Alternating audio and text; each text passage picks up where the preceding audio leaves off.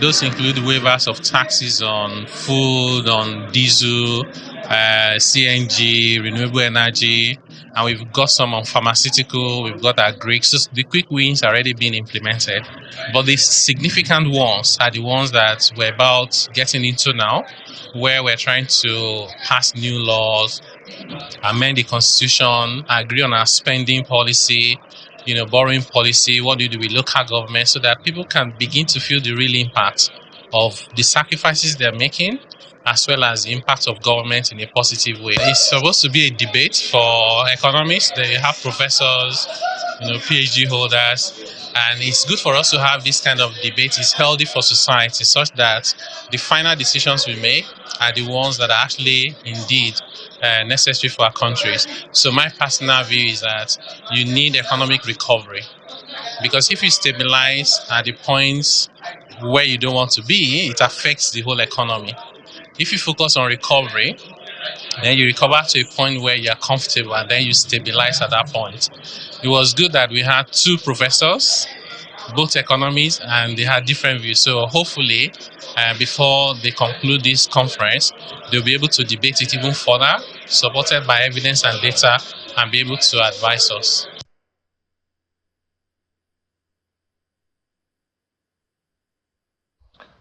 Well, thank you so much for staying with us. It will seem like we are continuing Business Morning on Sunrise Daily with the conversation we're about to have, particularly as it concerns the proposed tax incentive on food, rent, and tax collection in the country. Generally, just reviewing the Presidential Committee on Tax Reforms and their activities so far. One of their conclusions for now is a proposed 5 executive orders. They have proposed 5 executive orders that cover curbing inflation and fostering price stability, so many issues under that, generating employment, boosting non-oil exports and international trade, prudent financial management and fiscal sustainability, as well as tax information consolidation and collaboration. I guess this morning, you saw him earlier, but not his name. His name is Chris David. He's here with us in the studio. Thank you for joining us. Yeah, good morning. And apologies about that brief word. Well, you've been talking about all of these things. You even have a book called Tax Strategy. Did you see this conclusion of the Presidential Committee coming? Yeah, yes. As far back as 2014, I've looked into the tax landscape of Nigeria, and I identified the challenges we have. And I did state in my book and in all my publications that the problem with taxation in Nigeria is that of tax policy mix and design. That the tax policy mix and design are not appropriate. Hence, we have the suboptimal revenue generation or collection we have in Nigeria. So if you read chapter 7 of my book, all of these changes are already documented there as far back as 2014. Yes, I agree. We should have a new national fiscal policy. Then we also have new sets of laws. In fact, in my book, I describe it that using the current laws that we have is amounting to using a wrong syllabus to prepare students for an exam. Definitely they will fail. And that's my conclusion. And I've outlined how we should go about having the new policies and the new tax laws. One of the things that I find interesting is, talking about, particularly just specifically talking about the proposed tax incentive on food, rent, and tax collection. How do you see that happening? How do you see it playing out? Well, I want to say that policy actors should learn how to manage the narrative they put forward, because what was just read out seems as if is a new thing. It is not new. Currently, all those items listed are not taxed. So when you put out this narrative, somehow you'll be setting up the government against the people, thinking that tomorrow, if these new tax laws are passed, my transportation will reduce. The answer is not true. Currently, no transportation is being taxed. They are all exempted from VAT. In fact, including commercial airline tickets have been exempted from VAT. So these are not new provisions. These are existing provisions. So the issue regarding high cost of transportation has nothing to do with tax. So I just said, let me clarify that, so that tomorrow when we have these new laws, nobody will think that, okay, transport fare will go down. The current laws we have, those items are not taxed. Okay. They're already exempted from tax. Okay. And how about the food and rent? Yeah, even food and drinks. Food and drinks are exempted from VAT. The basic food items are exempted from VAT. It's only when you go to a restaurant that those items are liable to VAT. The proposal that is being put forward is that they rather move them from exemption list to zero rated. What that means is that if you have incurred VAT on them before, then you'll be entitled to refund. That's the difference between a zero-rated item and exempted item. But when you look at it truly, who are the people consuming this item? Is it going to be beneficial to the consumer or the restaurant that is selling those items? Mm. Well, there are also conversations around tax incentive on rent for accommodation and all of that. And in recent time, name the city, people are crying, and I'm wondering how all of that surviving is going to happen. How do you see that tax incentive on rents playing out? Well, I don't have the details yet about the proposed incentives on rent, but as we speak, rent are not vatable. Both commercial and residential rent are not vatable. So not so much will be coming in terms of VAT on rent, but we do have stamp duties on some rent, particularly leases. So probably you are talking about removing those stamp duties on leases. One of the things that's a little shocking, and generally, people have been enduring for so many years, decades even, and we hear promises from time to time, and people are like, is this for real indeed? For instance, the committee is recommending to peg the exchange rate for import duty at 800 naira. Now, there are those who are thinking whether or not this is not going to impact Nigeria's inflation rate, especially in the short term. Yeah, so again, like I said, when policy actors are putting these things forward, you just put out this narrative. And by the time you implement, you discover that what you are saying is not, you are not getting the true result. And reason being that the thought process, linear thinking to solve these issues, those are the reasons why good or intended promises will be made, but you don't realize them because there are other factors that negate all the assumptions you have made. So I will say that most of these provisions, when we are putting forward policies, let's engage systems thinking. What are the issues what are the underlying issues? What are the root cause of these issues? So how do we come about inflation? What are the issues giving rise to inflation? Rather than say you're pegging the exchange rate, why not address the issues that is making this exchange rate to go up or causing the inflation? What are the issues for you? So, for instance, currently what gave rise to this inflation is the issue of subsidy. So, the timing and the manner in which subsidy was removed is wrong. So that is the simple fact. And the decision was also made because of the kind of narrative they were put forward. The question there was, oh, subsidy is not sustainable because of our eating too much on revenue, and we have high debt stock. But that was not the issue with subsidy. The issue with subsidy remains squarely that of theft. There were people stealing subsidy, and that should have been the issue to have been addressed, not that, oh, subsidy is not sustainable.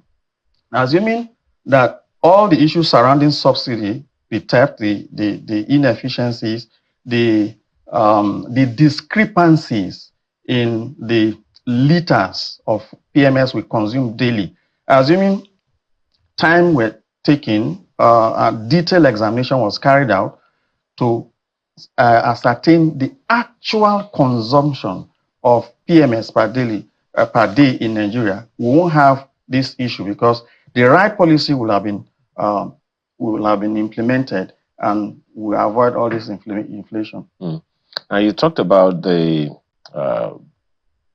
suspension of VAT, the proposed suspension of VAT on some of these items, some of which you said already existed before.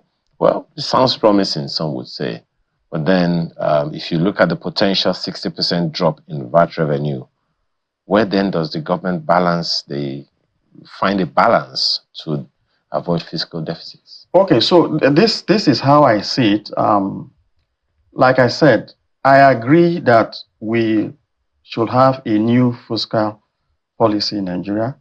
I also agree that we should have new tax laws. But the challenge I'm having is that I am seeing more of new wine in old bottles. The structure of the tax system has not been altered sufficiently to give us that quantum leap that we need in Nigeria in order to create economic growth and sustainable revenue. For instance, the administration of these laws, I see more of centralization instead of couching or designing the policy to have a central framework, but with the flexibility of the state to administer these taxes. So I will say that our tax policy framework should be designed in such a way that it complements our diversity and uniqueness in Nigeria. That is the only way that we can have sustainable economic growth and competitiveness among the federating states. For instance, you can't, it won't be efficient to box a state like Lagos State with a state like Bayelsa in the same personal income tax.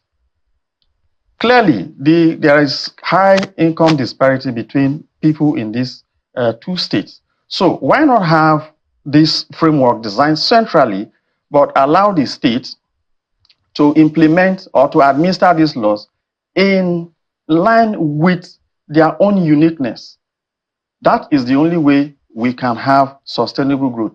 Because if you box all these states together, Lagos State is already far ahead, and somehow you'll be dragging Lagos State back. A good example is the issue of minimum wage. We saw the back and forth. While Lagos State was already paying above that, some states are still lacking behind. But if you allow state government to the liberty or the flexibility to design these laws, not create new laws. The laws are created centrally, but in administering the laws, they have the liberty to design it to suit their purpose. To localize. Yes, to localize those laws in line with their diversity and uniqueness. Then that is where you'll be able to spur economic growth and competitiveness in Nigeria. But the way we have it, one cap fits all will result to this same issues, we won't have the result that we are looking for.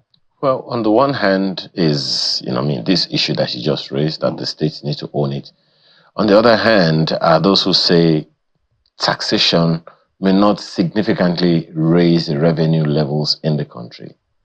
And yet another leg is the recent comment by Bill Gates, who says that tax collection in Nigeria is pretty low. Is there a consensus somewhere? Okay, so that statement says tax collection in Nigeria is low. It does not mean that Nigerians are not paying adequate taxes. So what that statement simply means is that, for instance, tax is a derivative of economic outcomes or activities. So if you look at the output, the economic output in Nigeria, and we say tax is a derivative, so a percentage of that output should give us X amount.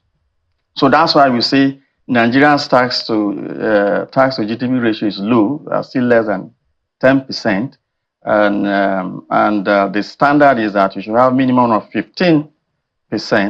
While if you compare in Africa, the average is 16. Then even the VAT that we talk about, Nigerians' VAT is still considered to be low at 7.5 around Sub-Saharan Africa. So when you look at these indices, you will arrive at the conclusion that, tax collection in Nigeria is low. So that is theoretically speaking. However, you need to look at the dynamics of how taxes are collected. So when you say tax collection is low in Nigeria, it simply means that the tax system or the tax policy mix and design are inappropriate. So the outcome is suboptimal. So what do you do, or what are the indices that you get from that inappropriate tax policies and design? One, you see that you have non-state actors collecting taxes, and those taxes are not going to the central purse. So that is a key issue. Then two, because the tax policy is ill-designed, the people that are supposed to pay tax are not paying the right tax. So simply put, the wealthy in Nigeria are not paying their fair share of taxes. And that is what I want to hear more from the new proposal, rather than focusing on talking about how you are making the poorer not to pay taxes, SME exempted. Those ones are already down there. We should be talking more. I want to see more proposal that brings the wealthy to pay their fair taxes. And I must also commend the current chairman of FRS for his astute policy on the windfall on banks. Yeah. Now, he is able to do that because at that level, he has the liberty to push for that. But for far too long, the wealthy have not been paying their taxes to the relevant states. So I want to see a situation from this new proposal whereby the chairman of Lagos State Internal Revenue will also have the liberty and say, okay, I see that some people are earning excess dividends in Nigeria, because there are people in this country that on a year in, year out basis earn over 100 billion from dividends. And the tax rate on that is just 10%. So why can't the Lagos State chairman has the power or the liberty to say, okay, this year there's going to be super tax on dividends? So this is what I am thinking we should have. So totally alter the structure, because when you look at the structure of taxation for countries that have high tax collection rate, you see that the structure is that personal income tax contributes well over 40% of their tax revenue, followed by VAT. But Nigeria, the reverse is the case. The companies in Nigeria are contributing well over 50% of the tax revenue, while the personal income tax is less than 10%. So that is where the problem is. So for us to have a sustainable tax system and revenue, that structure has to be altered. And that has to be done within the tax system. You do realize that the people you want to tax are already down there. The rich? I mean, you're talking about taxing personal income tax. Yes. Doesn't that include salaries of people? Yeah, so it includes salaries of people, but those are not the people I'm talking about. Okay. So the design of the tax, the personal income tax, let me use the current law and see how flawed that law is. For instance, if your income is above 3.2 million, the personal income tax, the highest rate now is that you're going to be taxed at 24%. Now, if your income is 35 million, your rate is still 24%.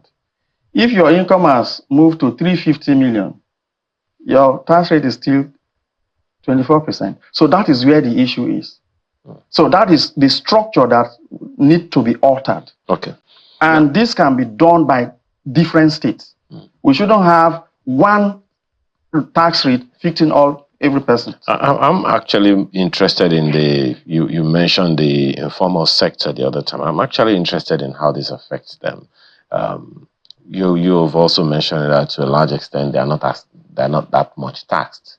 And one of the comments that's been credited to Mr. Idile is that we should widen the tax net so that more can come in. There are those who are saying that this will probably include this informal sector as well. So do you believe the proposed national strategy to tax this sector could encourage formalization, and or might it push businesses further in on the ground?